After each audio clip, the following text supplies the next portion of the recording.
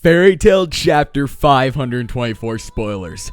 Let's get into this. You guys already know the drill. I will be only touching on the major things and providing a general summary of what we have in terms of these spoilers. If you guys want to see all of the spoilers that we have as far as this chapter goes, be sure to check down in the description below. But without further ado, let's go ahead and get into what we have in terms of spoilers for Fairy Tail Chapter 524. I'm actually going to start this off by discussing the least interesting thing for me in terms of these spoilers, which is still relatively interesting. GILDARTS versus August. Now, within one of the last chapters, I don't exactly know the chapter title because we had double chapters last week. We actually saw Kana enter the picture with that fight, and within these spoilers, we are actually seeing her standing for herself in terms of the fight using fairy glitter, one of the three great fairy magics. Nevertheless, so skipping a little bit further into this fight with what looks to be the final page of this entire chapter, as said before, I am reviewing these out of order in terms of the chapter. We actually see August say something along the lines of, "What face will you show to if your very own child dies in front of you?" Now this is directed towards GILDARTS, and following that,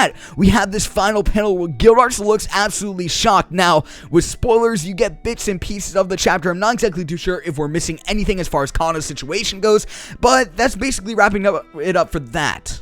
The next thing I'll actually be touching base with real quickly, because we only have one page and one panel in general of, is Natsu versus Zeref. The second fight, the second coming. Boy, it is starting, and it looks really, really hype. And from what we can tell, it looks pretty neck and neck as well, with our only panel being their wrists clashing, where we see an aura of darkness seething from Zeref, along with Natsu all fired up, as we already know. Things look to be getting pretty interesting in terms of this fight, and I really hope that we get more within this chapter alone, aside from a few pages like it's looking like we're gonna get. Saving the best for last, we have some development in terms of the man himself, ACNOLOGIA. Now we see him toying with Eileen's dead body to a certain extent, only then following it up with just jabbing his foot ruthlessly into her gut. Now, this text is either mistranslated here or it means something entirely different than it entails. I highly doubt that this text means, and it's quite literally, but nevertheless, ACNOLOGIA during this moment says, and I quote, "And you call myself my mother," followed then with this is your punishment, as he jabs his foot into Eileen. As said before though, I don't think that he actually means Eileen as his mother in a literal sense, unless we still know the full extent of Eileen's backstory.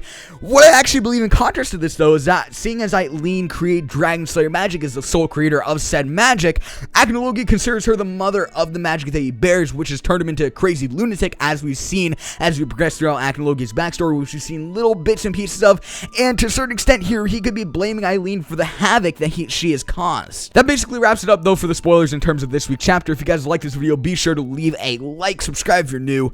Peace.